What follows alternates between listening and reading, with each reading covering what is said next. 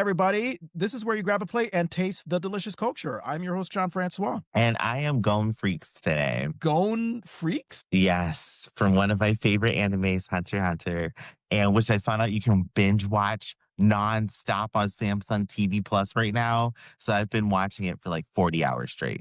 Damn. I Good love for you. that. What is that show about?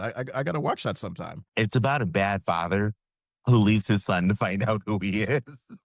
But if you're into some good adventure anime, you've got some good storylines here, a good power system, and probably one of my favorite endings of any anime I've ever watched. So I would say check it out. All right, awesome. Well, that's an anime I'm definitely going to watch. And can we authentically classify K-pop Demon Hunters as an anime? Is that I think so. anime? I don't know. It doesn't have any books or like any other pre-movie book like that. It's an anime, but It's maybe got style of it. I said it like 100 times when we saw it for the first time with her. Wow. Okay. Well, what about you, AJ? I mean, I feel like you're maybe the most anime expert out of all of us. Is K-pop Demon Hunters authentically anime? I'm going to call it an anime because it gives me Disney magical girl moment, and I actually really love that. Okay. Wonderful. Wonderful. Well, as you can tell, for those of you listening and watching, we are discussing K-pop Demon Hunters, the big phenomenon on Netflix that won't go away. I mean, it came out back in June, and it's still in the top 10 in terms of movies. Joining us to talk about this conversation, people who have seen it how many times? it's still like a million. We Yeah. have a 7-year-old, a million. And you guys sound very enthused that you've seen it. I this watch it much. on my own now. Good. I don't even need her Wonderful. here. I'm like, I'll watch it. Love it. I literally watched it for the second time driving to and from somewhere. So yeah, it's quite an entertaining watch. Our special guests are Casandra and James Marchetti. A little bit of background. Casandra and I, we have known each other over a decade or so because we did a theater production together. Yeah, we did a theater production together at the University of St. Joseph in Connecticut. And I got to know you, James, through Casandra. And thank you for inviting me and my wife to your wedding in Thanksgiving weekend 2023. So it's been almost 2 years. Likewise. Yes, you came to our wedding in September of that same year. So yes, because we, AJ, we had Sabrina and Brittany, whose wedding I also attended as well. So I just keep on connecting with wedding buddies for some reason. Weddings bring the world together, and there's something about when you get older and go to a wedding, it's just fun. It's a great vibe. You know, you're It's so much dancing, you're fun. getting free food, you're watching people fall in love. I mean, why not? Why not? Yeah. But yeah, no, as we discussed, our delicious meal for this week is going to be K-pop Demon Hunters. You know, for those of you that are not familiar, the two people that might be listening or watching this, it follows a K-girl pop group or a K-pop girl group called Huntrix, who lead double lives as demon hunters. They face off against the rival boy band, the Saja Boys, who are secretly demons. And I want to start with how this came to your attention, Casandra and James. Was it something that you sought out yourself? Maybe your daughter, is it Elena or Alana? Alana. Alana. Did Alana like say, oh my God, we got to watch this thing? Like, how did this first come to your attention? So I found it on TikTok, and it was what was the person you knew who you did trivia with way back in the day, who has like a movie channel on TikTok? You know what I'm talking about? Yeah, I don't. Yeah. Well, he I watch him all the time, and he recommended a bunch of movies, and one of them was K-pop Demon Hunters, and it was I think I had Alana. I was watching her solo that night because Cass had work, and I was like, oh, I have a new movie for us to watch. And I turned it on for me and Alana, and within like 5 minutes, I was texting her and Alana's dad going, we are going to be watching this movie a lot for the next 6 months. Right. I could tell right away. That's She right. was hooked. And then within like 20 minutes, I was like, I'm kind of hooked too. What can you say specifically what made you hooked about this movie? The songs, the production quality of it, it was either some movies like kind of drag in certain spots where you feel like you could get up. This movie either like had me very engaged where I wanted to dance or laugh, or just like even the action in it was fantastic. It was just, I don't know, it just hit on every angle. Cassandra? Oh, 100%. It was like watching a movie in the movie theater, but like on TV. And Netflix really, really like scored gold with this. It was like the instant like first song right when they're on the plane, and the drawing, like it was just like. And I think there was one other anime I saw, the Spider-Man into the universe, like that. Yeah. That kind of drawing, that kind of style, it really was like capturing. I was like, wow. And the same with this movie. It was beautifully, beautifully drawn out. And it's so funny that you mentioned Spider-Man Across the Spider-Verse, because the K-pop Demon Hunters soundtrack, it's like Billboard-wise, it's like the highest charting album or animated film soundtrack since that Spider-Man film. Wow. Yeah. I know. So it's really breaking records. So going back to what you guys said about like, oh, there's not a slow moment in this movie. I actually want to talk about this concept of like really quick stimuli in kids entertainment, because that's like the feeling that I had going into this movie was it's been such a long time since I've watched anything like kid friendly, because as you mentioned, I mean, you go from like I think when they're on their tour plane after they perform those songs early in the film, they're about to go on vacation, the Huntrix, I mean, and they're just, you know, excitingly and quickly eating their food, they're stuffing their faces, and then they have this like demon Love that face. moment. What was that? Love that moment. Yeah, and then you have this demon face pop up, and one of the Huntrix members, just you see her just being very disturbed and disgusted with food stuffed in her mouth, still like, why are you disturbing me while I'm trying to eat my food? And then you have the doctor's eyes becoming bigger and bigger when the lead Huntrix member is having her vocal issue inspected. It just really brought me back to when I used to watch anime and used to see all these big exaggerated comedic moments, and I was a little, I was a little bit overwhelmed before I got into the story, because I was just like, oh my god, because I'm so used to seeing a lot more like adult things that take their time. And I guess, you know, as parents, do you guys like, do you need to take a while to adjust to that when you're diving into that with a kid? Is that something that's just second nature at this point? Like, We what's do, yeah. We do. She's used to all styles. I'm used to Disney. You know, everyone has the same eyes. They blink, and that's really it. It's like really kind of mundane, kind of boring next to like a movie like this. yeah. Netflix has, I don't know what animation or what studio they're using, but a few movies have been like that. And it reminds me of like Sailor Moon when I used to watch that. You know, when Serena, every time she got excited, her eyes would pop, her eyebrows are up above her Yeah. head. That's the only thing I could compare it to. But she's seen it a lot more than we have. So we were kind of like, whoa, this movie is overwhelming, but it was well done. So we were like, yeah, you keep watching. And AJ, I mean, I know, again, I mean, you know, when I used to watch anime like, you know, a Dragon Ball and Tenchi, like I used to see these kind of moments. And you being a more frequent anime watcher, you probably were used to seeing that when you saw K-pop, right? Yeah, this pacing for it. So the adult me looks at the pacing in this movie as like a very updated version of The Emperor's New Groove. Like Yeah. the pacing of it, the muses, everything gave me, oh, okay, I'm watching something that's Disney. But then I had to check myself and I'm like, this is Netflix. This is not Disney. This is why it's so much better. And it reminds me of the new Sailor Moon Crystal, and when the Sailor Moon Starlights come in and you get this girl group that's superheroes. And I'm like, okay, I love everything about this. And my mind is chaotic. So the pacing of it just works. I didn't pick up my phone once to look at like TikTok while this movie was on. Wow. That's, yeah, I remember another stimulating moment that I remembered was when the Huntrix girls, they're meeting the Saja boys for the first time, and then, you know, of course they have that like, oh my god, who are these hot guys that are coming in our midst? And I think one of the Huntrix girls got so sprung that, was it corn that was coming out of Yeah, her she pops eyes? corn. Yeah, corn. Yeah.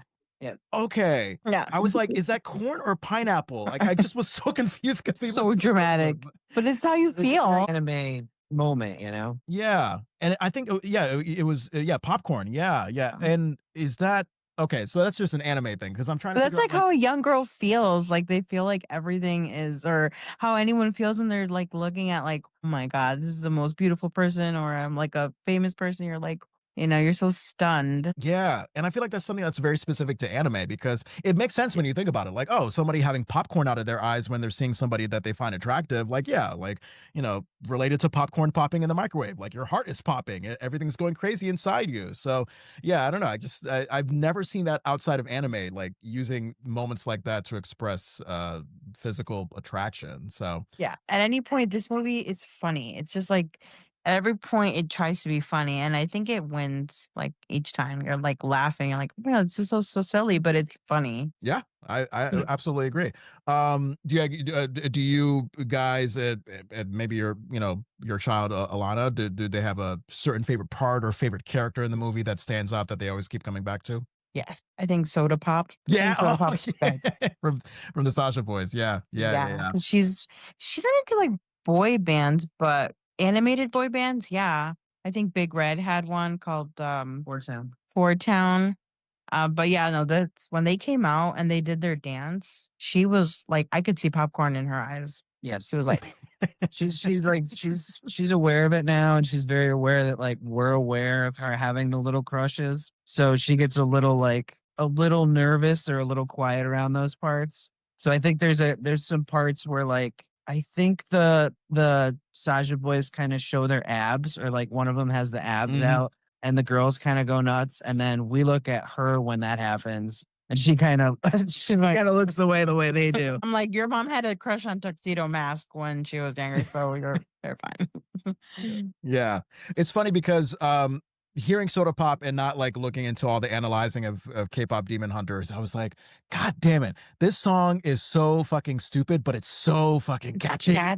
And that was the point when looking into the music of it, was like the Sasha Boys songs, they're meant to be catchy and just surface level, hollow, nothing significant about it, while the Huntrix songs are meant to have some deeper meaning behind it, like, the song Golden, of course. But I was also into I don't know if were you guys also into like the visual aesthetic of the Sasha Boys, because they remind me of BTS in that I don't see a lot of boy bands look like they do. I don't see a lot of boy bands that sport like this bright purple hair covering their eyes, like this certain parted haircut with the earrings. I mean, it does sort of give me a 90s throwback to it, but I don't know if you guys were into like the specific looks of some of the Sasha Boys as well. Yeah. I think the K-pop bands, they master the ability to make like the easiest outfit, but a lot of work went into it, and they all have to kind of vibe together, which I mean, it takes a lot of work to do that, but they make it look so cool, so fresh, so clean, and it comes off like just a beanie.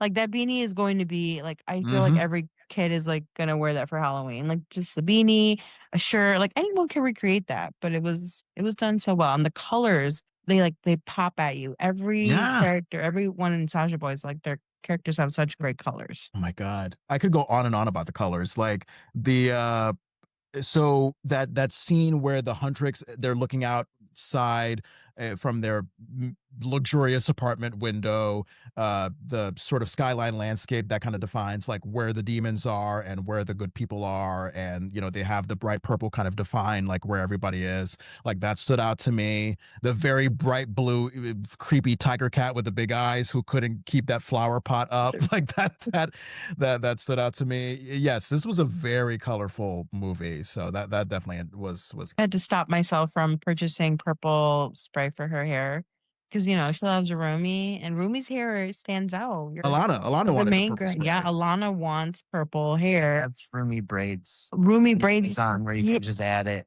Yeah, like huge extensions. Yeah. And you're discouraging her from getting that? Yeah. This might be a James problem. Oh man. I'm gonna put James in a beanie. Oh please. Do it. I would love to see you in a beanie. Wait, so we had tickets to Blackpink and we weren't able to go, but Oh yeah, the K-pop girl group. Yeah. yeah, at that, because she was very into that too. And at that point, we were all kind of considering dressing up. And I remember I was gonna be baby Saja for that. So Oh. So look, Oh my God. AJ, was there anything about the colors that turned you on to the movie? Anything aesthetic wise? The adults only portion of this, I suggest that everybody watch this movie with a little bit of LSD. The colors are amazing. Yeah. line. I could imagine this being a fun time on LSD. Yeah.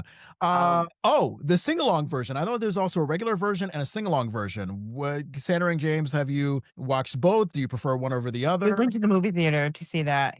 Please. I mean, we sang in the house, but to hear other people sing, and you could sing as loud as you wanted. They didn't kick us out. We were screaming it, and the kids were in the back too, dancing, running around. awesome. If they do that again, everyone has to go. It is such a great experience if you're a fan. It was fun. Okay. All right. It's funny because like I looked at the subtitles of the regular version and the lyrics still come up, so I'm kind of like, oh, okay, this is sort of like the sing along version, but maybe not the same. Because I Hosting a think the big party, difference yeah. is that like you have the music notes with the subtitles in the sing along version, right? Yeah, and she's learning to read, so she was like, but she knows the songs, so it's fine. But yeah, it's a great kind of educational thing. She even knows the rap parts. Yeah, she knows the rap parts, like the faster Step parts. in a Korean career. Yeah. Oh, I love the Korean. It mixed in with the English. I've grown up listening to Spanglish songs or singing songs in Spanglish. So it's nice to hear her kind of try to sing the Korean parts. I think the one time when I was younger, I went to LA. I went to the Rose Bowl and I went to see Korean pop band. And they were all singing Korean. I don't know what I was doing there, but I think just being a part of it, singing, trying to sing the Korean songs, I'm like, I'm trying. I'm a fan, and I can see her kind of doing that now. It's so cute. Yeah, and speaking of that, I know the people behind the movie, and I think that it was Maggie. I had the names here. I apologize, The but it director. was yeah. Maggie Kang, Chris Applehands. They directed it. They co-wrote the screenplay with Dania Jimenez and Hannah McMahon. And I know that there was a determination to put as much Korean heritage and terminology in there as much as possible. And I want to know if because I was learning, Korean words, Korean foods that I've never heard before. Did y'all know any of what they were talking about in advance? And if you do know, can you just kind of name off like what Korean words or Korean foods that they had mentioned that you were like, oh yeah, I already know about this? Yeah, I grew up with a Korean best friend, so Yeah. we were introduced. She's doing taekwondo, and her master is Korean, and it was so nice to kind of see that. But like the ramen, the noodles, Yeah. she's had like the Instacup, but I think she's like now like I want it with their faces on it, or I want like the different versions. Yeah. There's so many types of ramen out there, so I'm just like, we gotta buy all of them. But I think they have like the bibimbap. Like it was kind of like it looks like a sushi, but it's like in a long row. She was like stuffing her face with it in that Oh airplane my scene. god. That was really cool. Yeah, they have a part where they're almost having like Korean barbecue, the way you get it with all the different sides. Yeah. And you can see it's like individualized. I think 3 of them are at a table at some point. I think with their manager. Yeah. And we went to the Korean market in Manchester and we picked up the shrimp flavored chips, which I've had before, but she definitely opens it up. Like she pops it open in the movie. And I'm like, oh, I've had that before. And then we kind of ate it together. It was cool. Shrimp flavored chips. Can you really taste the shrimp in them? Yes. Really? Yes, it's really good. Huh. AJ, do you know any Korean foods or whatever that they were mentioning on the movie? Yes, because I am obsessed with the Korean market near my house. Yeah. They have like the most affordable but delicious foods. So, like, there's the shrimp chips. And have y'all ever had the egg yolk chips? They're like chips that are just dipped in egg yolks and then deep fried. And oh my God, they're so good. Oh. That's protein right there. So I'll have some. If you go to any Korean market, I know that has them. They're in a black and clear bag with this little dancing egg on the outside of them. They're so delicious. I've seen the dancing egg. I think you might know what I'm talking about then. Oh, okay. It's so good. So you can dip a chip in raw egg yolk. That's the whole thing, and it tastes good. It's probably fried, right? Like Okay. So they cut the chips and then they dip them in the egg yolk and then fry them. But it's got like this. It almost tastes like you're eating scrambled eggs on a chip. wow, yeah, that sounds good. I think Really any snack you go, if you go into one of like the markets, or I mean, I don't think we have any near here besides the one in Manchester. Pick up any snack; they're so good. Yeah, Gmart in Manchester. I love that. I mean, I hear that. So there are talks that there's going to be a sequel. Are we on board for that? Do we know like what could be a great need to story know more. idea for? No. Did you say no more? We need to know more. Oh, As we long need as to know it's the more. same Oh. quality as the first, like I don't even know if there's a more story to it. They kind of wrapped it up, but I feel like it's the same quality. Yeah, they need to keep the same producers, the same writers, the same actors, because like a lot can get messed up in sequels. I'm not a fan of sequels because they just apply a different equation, or they just take things out, put things in that don't need to be in. So I don't know. I have full faith that it's going to be a good sequel because I think everyone's on board with, coming back. All right. Would you like to see a sequel, AJ? Would love to see a sequel in Netflix. I'm speaking directly to you. Don't give us a fucking prequel. I don't want a prequel to this. I want an actual sequel with everybody who was in it back in it. Say it louder for the people on the back. Takedown has been in my workout rotation for like months. James listens to metal while he's working out. Takedown's Then after that movie, it was pure golden, takedown, Yeah. free. It was like, So no what more about good, no more Takedown metal. gets you in the workout mood, James? for sure. Yeah, it's a fight song. Yeah. Oh, yeah, it is. And I believe they were the Huntrix. They initially were going to do that, but it was getting too contentious, so they decided to go with Golden because it was more uplifting. Right? Was that the whole idea of it? Well, I think it was like this. for the competition because it's like a competition in the end. Yeah, it was also to like seal the Hunman, so Yeah. that was like their most powerful song. And that was the one she was struggling with singing. That's a beautiful song. Golden's a beautiful song. You like It the song? What's the song where the two kind of fall in love? Free. Free. Yeah, Nice. we have favorites. Yeah, you do. Yes, you do. Sure AJ, do you have do. favorites as well? I don't have a favorite song because my favorite thing about this movie and music wise, did y'all see Fallon when the girls found out that the album went platinum? Yes. I was in tears crying with these girls because I was Oh, like, wow. your music deserves this. And every bit of it's just so good. Oh, Yeah. the live action group that like they voiced the Huntrix and Yes. yeah. And they also made an appearance on SNL in that K-pop Demon Hunters sketch. They were just I know. Did you see that? Jimmy I Fallon did. was like promoting it like the first Huntrix, performance, and then SNL was like, "Hold up, we're gonna have him first." Yeah, right. They totally swiped it from him. Possesses people. I know, yeah, they're in the SNL.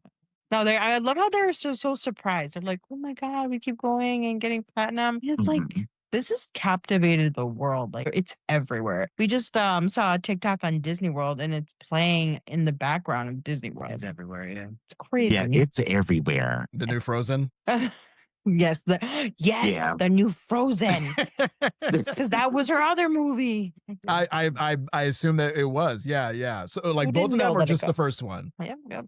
Who didn't listen to Let It Go when it was at its like That's all she was singing when I met you. prime? Right. Did she also like this? Wait, what? Say that one more time. I'm traumatized from Let It Go. Oh, because of how many Yeah. times you've heard it. Yeah. Yeah. Did Alana like the second Frozen? Because I know people are divided on the second Frozen. Yeah, she likes sequels. She's a fan of sequels. Yeah. I try to hide them from her. She like attaches. She'll like attach to one show or one movie, and then that movie will run our entire lives for the next several months until another one pops up. K-pop kind of took over the last. It's been probably 6 months. It's a long run for K-pop Demon Hunters right now. Yeah, she already has a backpack, stickers, water bottle. All her friends at school. She just went to like a fall event in Manchester that the kids wore costumes, and they were just all dancing to K-pop Demon Hunters there. Of course they were. Yeah. Of course. Yeah. It's just infiltrated everything. Yeah, she's like, I want the Zoe costume. I'm like, it's winter and a 2-piece, ain't it? So you guys must have built a really great tolerance for the normal kid thing of like, oh, I love watching this thing over and over and over again. This is like It's the themes. The themes separate it from just being like a kid thing, because I think like identity, right? A lot of the movie, she's struggling with her identity, who she really is. And I think that speaks to anyone. Like you really don't know who you are when you're younger or when you're going through a difficult moment. So when you kind of see it that way, like strip away, like, the singing and that, and she's really struggling with something so real. Yeah. So, I mean, I think anyone could identify. I, as a social worker, I hear her words and I'm like, that is therapy. I think everyone needs to hear that, and I think they'll feel instantly uplifted. Yeah. Sorry, what is the name of the lead Huntrix member? I keep on forgetting. Rumi. Rumi. Okay. Yeah. Upon my second viewing today, bouncing off of your deeper meaning of it all, Cassandra, I did break it down to like, oh, okay, here's a girl who's born into this world with this identity partially or most of it being a demon, and she's told coming into this world, oh, like who you are, part of who you are, hide that. That's not a Yeah. good thing. And so she does carry this thing of like, all right, I got to put on this mask and be someone that's widely acceptable and hide this true part of me. So there is sort of that feeling of shame and sort of low self-esteem that you have going into the world. And yeah, I mean, I for some reason in my first watch, maybe I didn't, get tuned into that message, but the second time I was like, oh yeah, no, this is a story about, being okay with who you are, knowing that, okay, maybe, just because like, I mean, you could be born from a bad person doesn't mean that you are going to be a bad person. If you have a good heart, if you had good intentions, you can still be a good person while also owning the fact that you come from this bad person. I don't know if that makes any sense, but like basically. And the demon helps her realize that she's like, okay, he has ulterior motives, but yeah, it's nice to see that character development. Yeah, Genu from the Sasha Boys. Did you guys buy him from the get go when he told his whole backstory of like, oh, like, my family, they, they were their bellies were not full and they were poor, and the demons, gave me an opportunity to help them and get them a better life, and that's how I came to be. Like, did you believe that, or did you know that there was going to be kind of a twist where he abandoned his family so that he could have? Yeah, his he was belly? sneaky. That was sneaky. I really did. He's so soft spoken. Like, it just reminds you, evil has like that mask it can wear and be really nice, and you can really buy into it. And he's like pretty, and you just kind of buy into it all. But no, yeah, I think that's the thing about evil. So he played it really well. The pretty part of it, I remember when I'm sorry, not Junie, Rumi, when she first got sprung by Genu upon first meeting him outdoors, and of course she's going crazy, and then she's brought back down to reality when he just brushes off his shoulder and he's just like, watch yourself. So I liked that sort of divide of like, oh yeah, he may be a pretty boy, but pretty boys can be dicks. Yep, and that's what I thought. Yeah.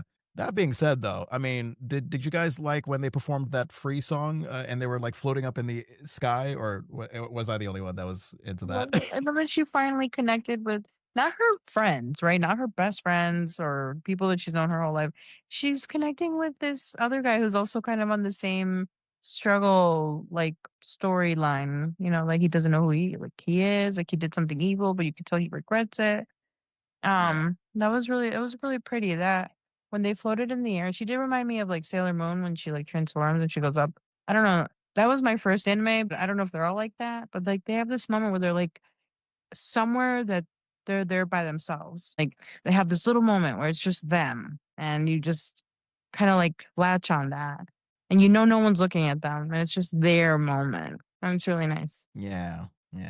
AJ? Those moments always take my heart away in anime. Like it's just they're painting a world for you to experience of somebody's love and joy. And there's something about it that just makes you feel good. Yeah. It reminded me like of like a full musical. Like I remember talking about it while we were watching it. Like a lot of Disney movies, you'll have a heavy soundtrack where they'll come in with those fun songs. But I just feel like K-pop Demon Hunters, you could have cut out the dialogue between songs and still had a full like plot arc with it. And it was like a Broadway musical to me. And it was really inspirational during the songs for that reason, where they just weren't just fun, but they told the story. How did you guys feel like that pivotal moment when Rumi's demon marks were like revealed to the concert crowd, and then it turns out like, oh, what she thought were her two fellow band members were just demonic versions, and you had the two actual band members just looking backstage in shock, like, oh my God, what? Rumi, we didn't know you were a demon. Like, how did you feel during that pivotal moment? Holy anxiety. Yeah. Like, girl, they all see you. It was the way they filmed it. The filmmaking and this, like the way they cut to different things, it was, oh my God, it was like a movie. But yeah, it's like they piled on the anxiety to be like, every shout she did, you could hear it like louder. Mm-hmm. And then the visual happened, right? You could see her scars. Mm-hmm. Yeah, it was a good way to start like the third like act, like the ending. Mm-hmm. Mm-hmm. Mm-hmm. Yeah. James, Asia? Go ahead, James. I just feel like she experienced something like that a lot of other people and almost everybody experiences at some time. Like you want to just completely be yourself around the people like you're friends with, but you're also worried like you'll let them down. And you kind of deal with that choice. And she kind of dealt with that choice where you go, it's like a double-edged sword. And I think it made it like incredibly relatable and like emotional to everybody who was watching the movie because of it. I can definitely say I love those moments in any show where like the superhero's powers are revealed. Because for me, it was like she was a superhero within a group of superheroes and they didn't know her real identity. So it was very fun to see just like, okay, we're going to reveal something that maybe not everybody's ready for, but you're going to have to deal with it in some way, shape, or form. You can't escape this conversation at this point. And I kind of like those dynamics when they're inserted in any like movie or anime because it helps create the question of are we okay with just being ourselves? And I love that this anime and just recently a lot of things have changed that I've seen in kids television of instead of saying that you have to have these milestones met in your life, it's gotten to you don't have to know the answer right now. And that's okay. Some Yeah. things are just weird and awkward and your friends are there to help you through it. Yeah, 100%. absolutely agree. Wow. How about when the Genu had that change of heart? He ends up sacrificing himself to save Rumi from Guima, giving his restored soul to her. What did you guys think about that? Did that redeem? That was surprising. You didn't expect that. That redeemed Genu in your eyes? I thought he was a jerk. Oh, Started off as a okay. jerk, ended as a jerk.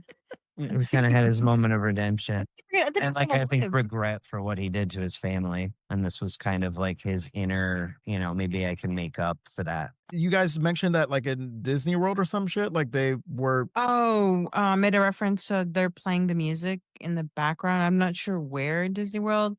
And then I compared it to Disney. Like Disney's a little soft and, just it's kind of boring compared to K-pop and the way it was filmed and the way it was drawn. But yet you guys are planning a Disney trip. How dare you? What's going on there?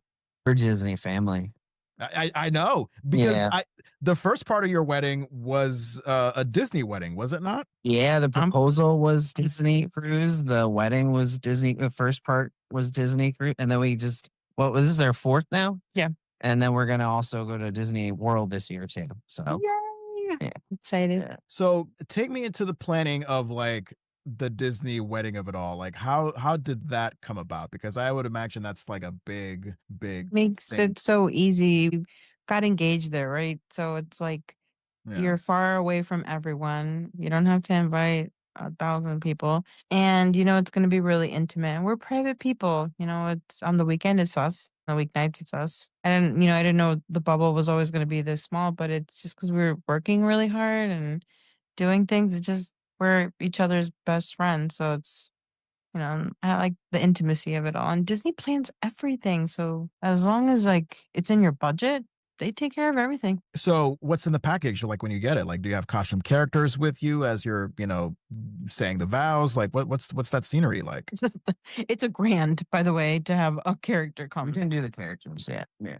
Oh yeah, it's only the basics where you're gonna get married. If it's outside, it's more like it's on like their private island. But if you choose a location inside, it's kind of like they just said, be in your gown at this place. They put your James kind of waited right where he needed to be. Your guests have to be at their location, all dressed up, and then it's straightforward. It's just all taken care of. And the biggest thing about it is like the immersion when you're on one of their ships. And like I mean we've just you can't decorate like a normal place like that, what they did. They're what are their Imagineers is what they call them. Everything is just to the upteenth degree decorated. And when we were looking at it, we were gonna do the island part of it. We were kind of down for the beach wedding. And then we started looking at the new ship we were gonna go on, which was the Disney Wish. And the main ballroom in it is like they have this main area and atrium on all their ships. And this one was like Cinderella's ballroom, and it was so beautiful. It had like the biggest chandelier that's a star that comes on at like 12 o'clock every night. And just watching videos of it, like you just know you're going to get married underneath that. on that stage. And no matter where we thought of outside of that is never going to be decorated like that by another wedding planner. And mind you, we booked it in November the year prior, and they'd already had sold out dates for Of course they did. that cruise. Like, I'm like, wait, what? It's sold out already? It's November. It's Disney. Yeah. Yeah. The brand sells itself. And the wedding that my wife Tony and I attended, that was like, all right, we want to like there are family and friends that want to see us get Grandparents, yeah. married, and Yeah, we like, wanted to do traditional too, because Yeah. we're still a church family, so that Yeah. isn't really recognized so much on a Disney cruise. Well, my grandpa was like, I'm not going out to see you. Nope. But your grandma came. Oh, yeah, my grandma. Yeah, we had a bunch of family come, and that it was also like a mini honeymoon too. At the same time, we had a Right. honeymoon after, but it was like kind of there was like no as much stress to a normal wedding as when we came back and did our normal wedding. Yeah. Because just everything was taken care of for us, and then it was like the whole family was there. Everything's there to enjoy for the next 4 days. The dinners are booked, and it was quite an amazing family experience, because I think when we first planned it out, being a destination wedding, we really didn't know who would come with us.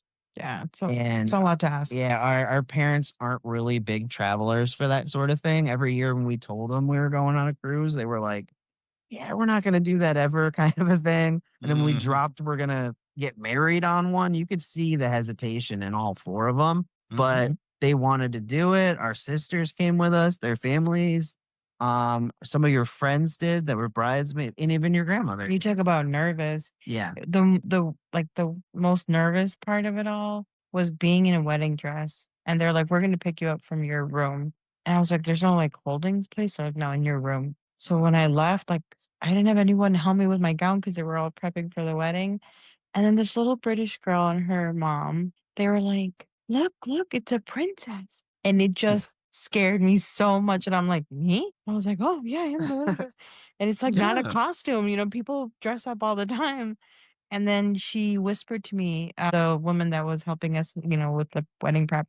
She was like, when you get to the front and you have to go down the stairs, behave like a princess to everyone. And I was like, what? She's like, it's what we do.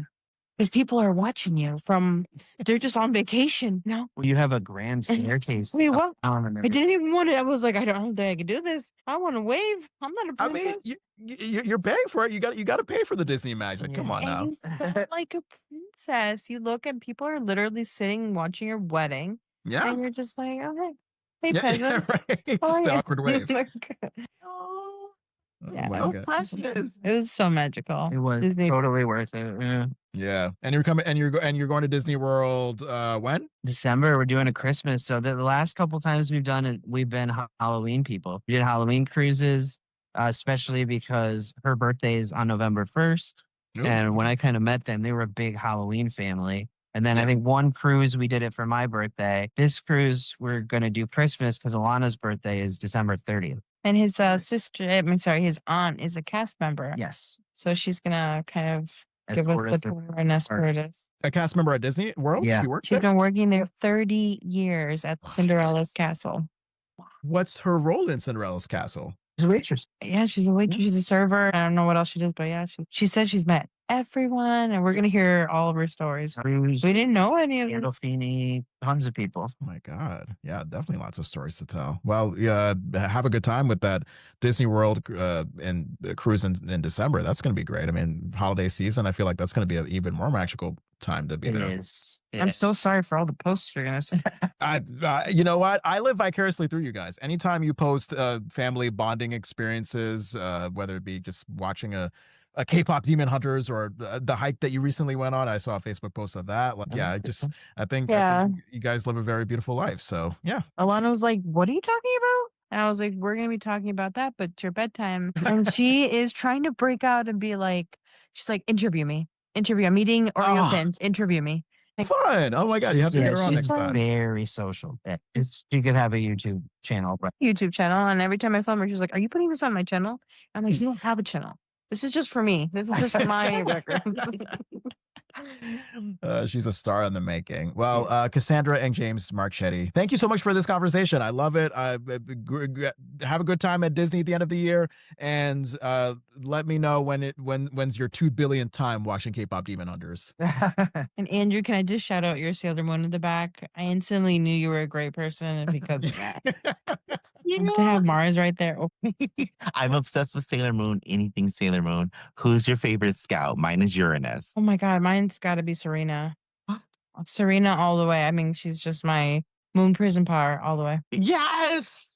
Right, well, thank you so much, guys, for speaking with us. Even bigger thank you for doing this after the end of a long, busy day. I mean, my God, I feel so bad. You guys could have canceled again. No problem. Yeah, Okay. I really enjoy it. Yeah, because the moment you said baby shower, I was like, oh yeah, that's because my wife has been through those, and it can be an ordeal. So Yeah, this one was like a wedding. It's like a dance floor and all. Like it was just like our wedding, and I was just like, "What is? Oh, this is a baby shower!" Like I never seen one like this before. It was a rave. Okay. A baby shower rave. Boy, it was like Tomorrowland. Oh, And that's Bad Bunny awesome. came out like a costume of Bad Bunny. It was intense. Love it. I love it. So was there any point where you guys were sitting for like 4 hours watching the star open presents? No, I think we left. Okay, Before that. right on time. Yeah. And John, I think my daughter wants to interview you. So if you ever have free time, I think I have to coordinate that with you and be her manager. That would be fun. I would love that.